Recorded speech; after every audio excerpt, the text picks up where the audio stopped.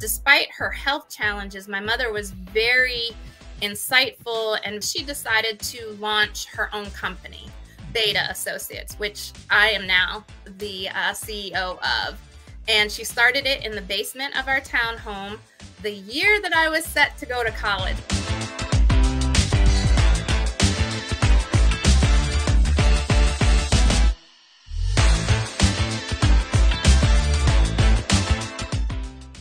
Hey there, everyone, and welcome to another edition of the Bo Knows Business podcast. I'm your host, Nick Cobra. I am also so fortunate to be the founder of the Bo Collective. What is the Bo Collective? We are 50 businesses run by amazing, talented Black women owners all across the country. We have come together to create synergy to scale our businesses. We do that in a couple of ways: through access to capital, communication, shaping that narrative, letting people know we're here, as well as going after contracts together. These amazing businesses collectively have more than $250 million in gross annual sales together, and we just are getting started. Listen, today you're going to meet another one of our amazing business owners, one of my dear sisters. And today we're going to just talk to her about her becoming story, how she got started as a business owner, and what tips she has for you to scale your business. All right. So help me welcome Miss Michelle Taylor of Beta Associates. Hello there. Hello, hello. How are you? I'm doing well, thank you. How about yourself? I'm doing good, girl. I'm doing good. Listen, well, the people do not know you're one of my favorite people, but they will know why at the end of this 20 minutes. I mean, you are just such a poised, dynamic, brilliant person, Michelle. And I'm so honored that you said yes to joining me on this amazing journey that we are on. Well, I appreciate and receive that affirmation. It's been just a blessing to know you, and under your tutelage it really has helped my growth. I couldn't possibly have said no when you called and asked to join the collective. It's been a rewarding experience, and it's only been 3 months so far. I know. Well, see, when you get Black women in a room together and give us all of the assignment, I mean, we're gonna knock it out of the water. All right. Of course. So listen, I want you to, I have had a couple of our Bo sisters on, and the way we're going to flow today is really, really basic. I want to spend a few minutes really on your becoming story. We all love and admire Michelle Obama. She wrote an amazing book and really talked about her journey, because I think that's so important that we all know that people didn't just wake up, Beyonce or Michelle Taylor, right? They had a journey. And once we see the commonalities of that journey, that is so inspiring to people. So what I want to do is I want to take you way back. I want to see what the first chapter of your becoming story was. Michelle, tell us a little bit about your childhood, and not only just, where you're from, tell us about your family, but is there something in hindsight that you saw as a young girl that prepared or paved the way for you being an entrepreneur today? Oh boy. All right. Going way back. Well, my roots are from outside of Pittsburgh, small steel town called Aliquippa. That's where I was. Well, I wasn't born in Aliquippa, but Newcastle, Pennsylvania. Spent my summers there. My mother and father divorced when I was 3.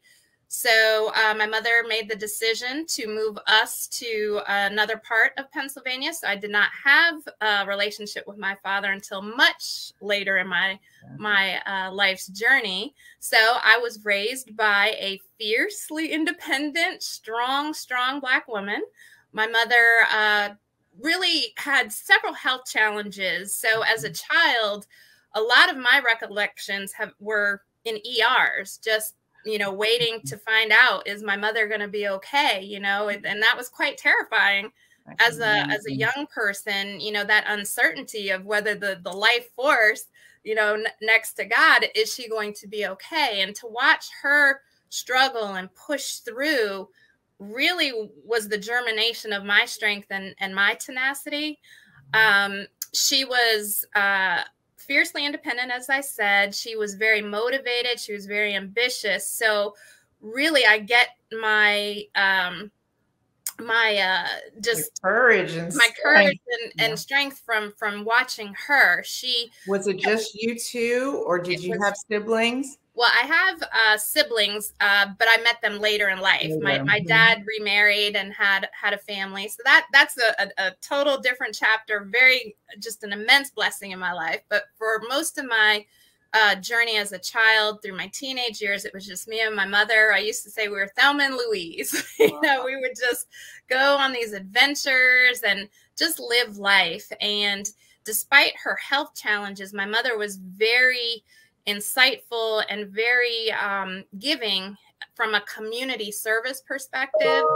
And she had worked in education. She'd worked in the nonprofit sector. And then she decided to launch her own company, Beta Associates, which I am now the CEO of. And she started it in the basement of our townhome the year that I was set to go to college. Actually, the spring before I was going to Syracuse University. I'm like, what do you mean you're going to start this company now? I'm trying to go to college. Exactly. But she made it work and got me through my 4 years at Syracuse. And she grew Beta from the basement of our townhome at the time into a multi-million-dollar company. And so, she really set the stage. The bar was quite high. Now, let me ask you, okay, so we see you, riding and dying, you Thelma and Louise in your first chapter. The second chapter, you're in college. So you're at Syracuse. What was your major in college? And were you tied in any way to your mom's business, or were you kind of living your best party life in New York, girl? Oh, no. So government contracting was never an aspiration of mine, which is what Beta is.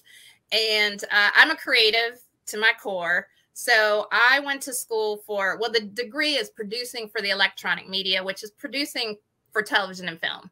Really? And so I always had a passion for documentary filmmaking. In high school, that was my passion. And in college, that's what I pursued. I did an internship in London at the BBC and Channel 4 television, graduated, went back and lived there for almost a year. Just, documentary, you think, the Brits know how to do it the best.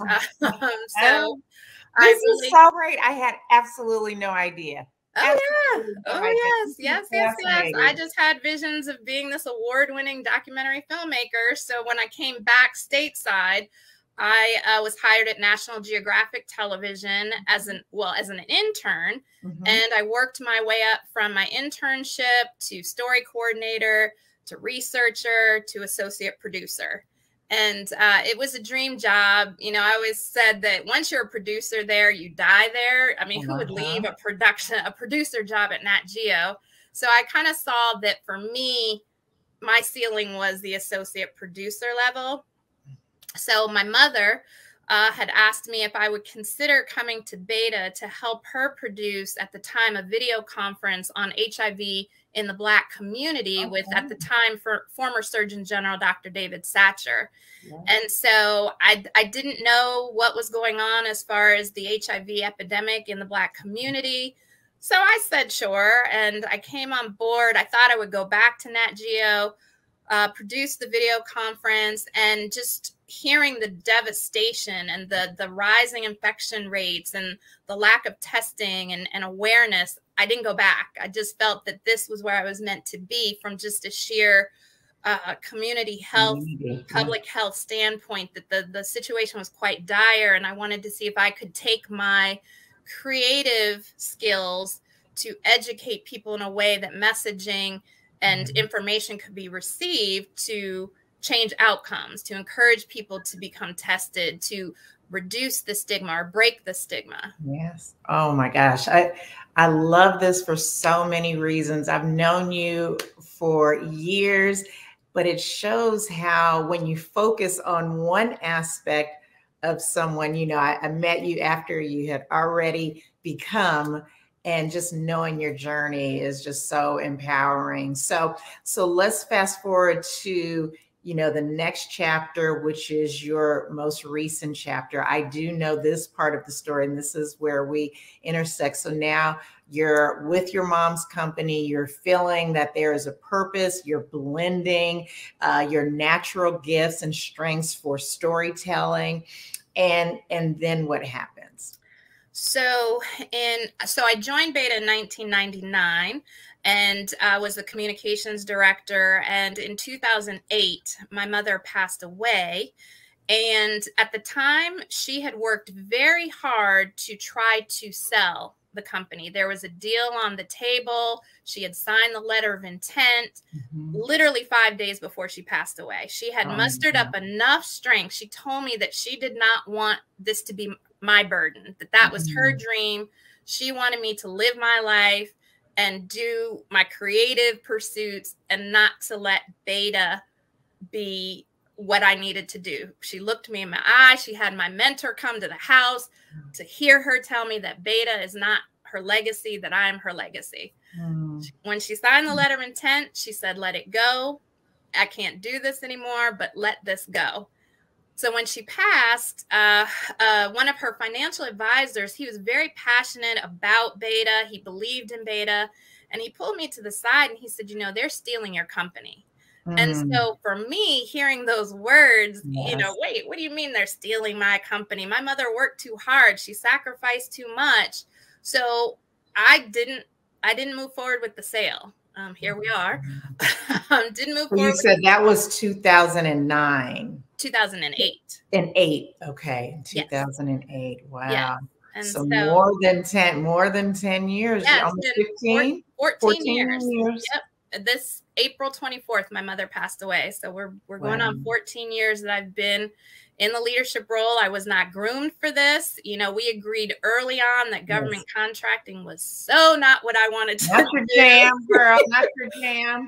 But for any government reps that are out there, I love it now. Exactly. All those contracting officers. Right. Oh, wow. So it's an incredible story. It takes such courage, such courage when I hear you say that, I say altruism. I mean, that is a dear sacrifice, to continue your mom's legacy. Again, not really looking at the operational aspect of the business. Let's now, I think that's a great segue to, what is Beta? And then let's spend this next section of our time together talking about what it is, what your vision for it will be, lessons learned, all that kind of good stuff. Because I'm sure, between, over the last 14 years, you have learned some lessons, girl. You said you weren't groomed, but you sure grew into an amazing CEO. So tell me, what were some of those early lessons, and give me an early lesson and a big story about a lesson learned early on.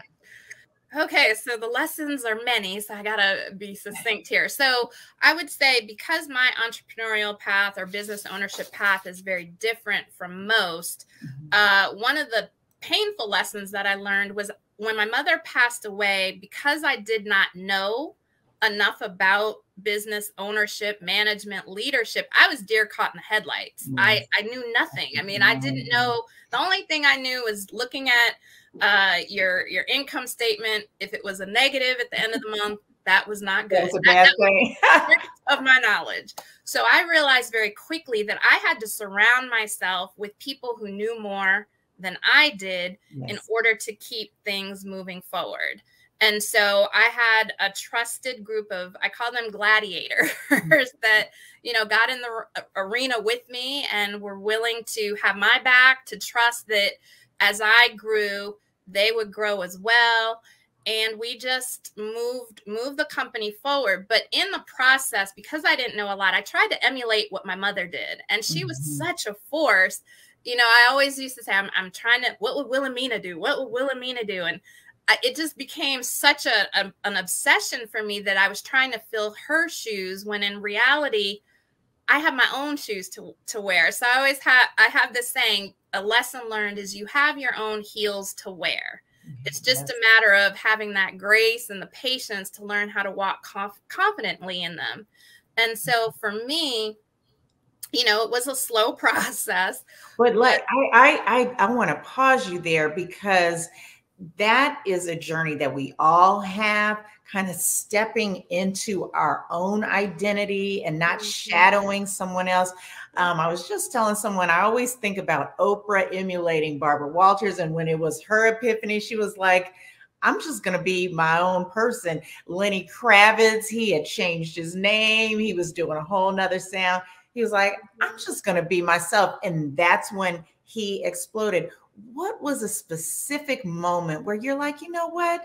I love Wilhelmina, but I am Michelle, and this is what I want to do. Was there a lightning bolt, a light bulb moment for you? There absolutely was. So at the time when my mother passed away, we had office space in Bethesda. Okay. And for those who don't know, Bethesda, Maryland is a very high economic area, high rent district. And so our landlord was very gracious to maintain our lease at the same rate for years, but he's a business owner. So he had to increase the rates. And I just thought, this is not sustainable.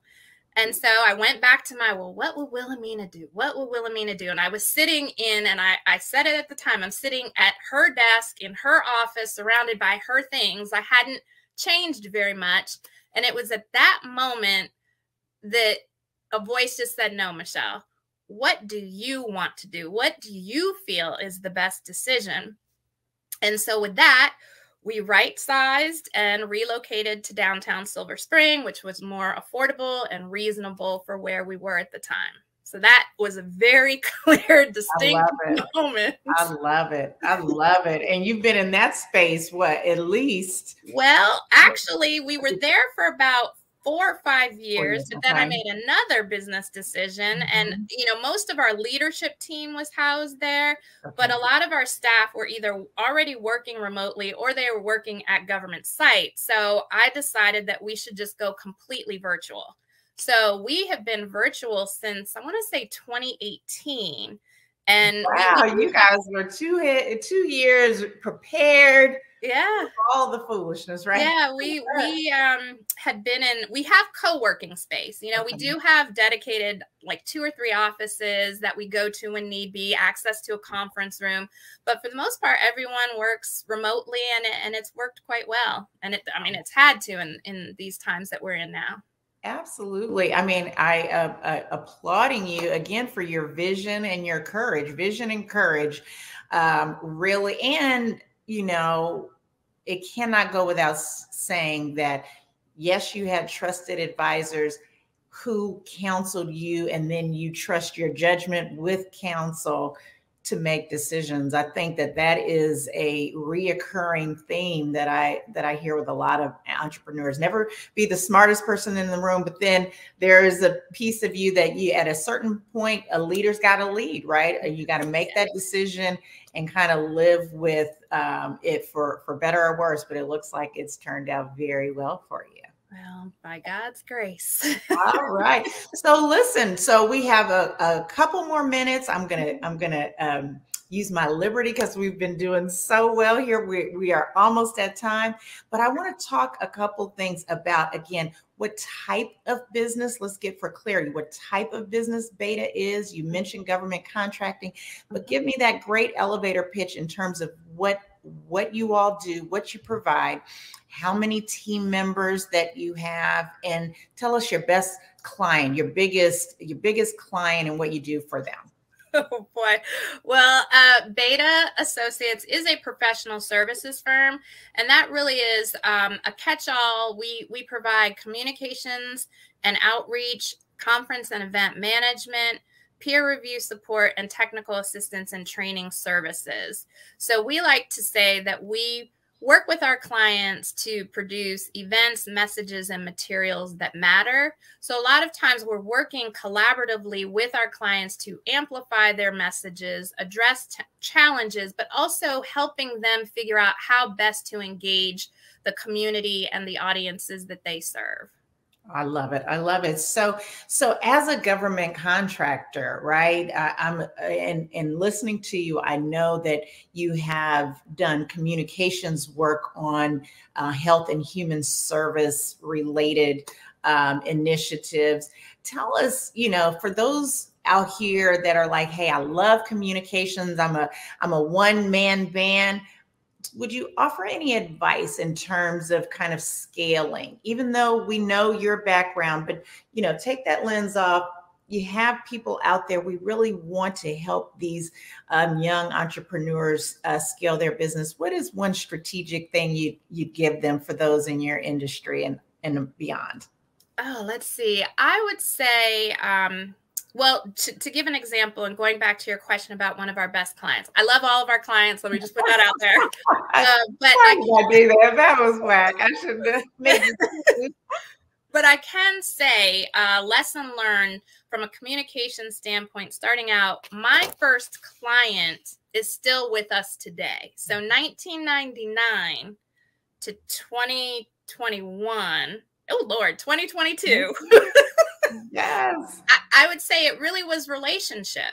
This client trusted Beta, really knew our capabilities, sought us out for our strategic thinking, our thought leadership, and he really believed in our capabilities. And it really was through relationship building. And of course, quality service. I always say proof is in performance. So, and as a Black owned business, it feels like we always have to work harder to prove our capabilities. So I always encourage young entrepreneurs, specifically Black entrepreneurs, you got to show up and the proof is in performance. You got to be ready for prime time.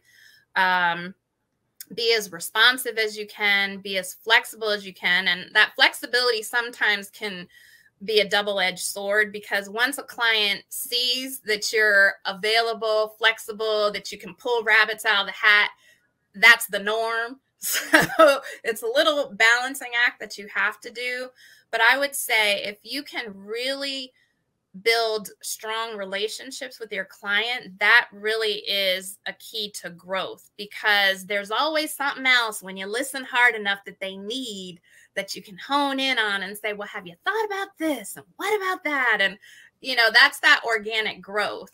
So, once you're in, if you can really parlay that into expansion and that organic growth, I think that's one of the keys. Oh, that was a pearl, girl. That was a perfect pearl.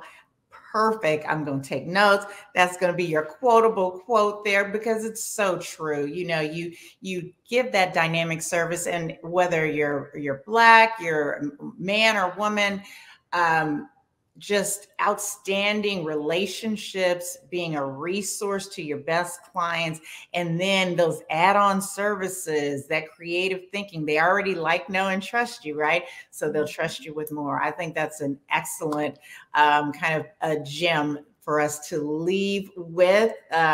We are almost at time. I want to give you one good minute to talk about what the Bow Collective means to you, and tell us a little bit about your subcommittee, where you are our gladiator for our business owners here. Okay. Well, the Bow Collective for me has been affirming. Being a business owner, a Black woman business owner specifically, it's lonely. It has its rewards. I'm not complaining. I know that I am blessed beyond measure.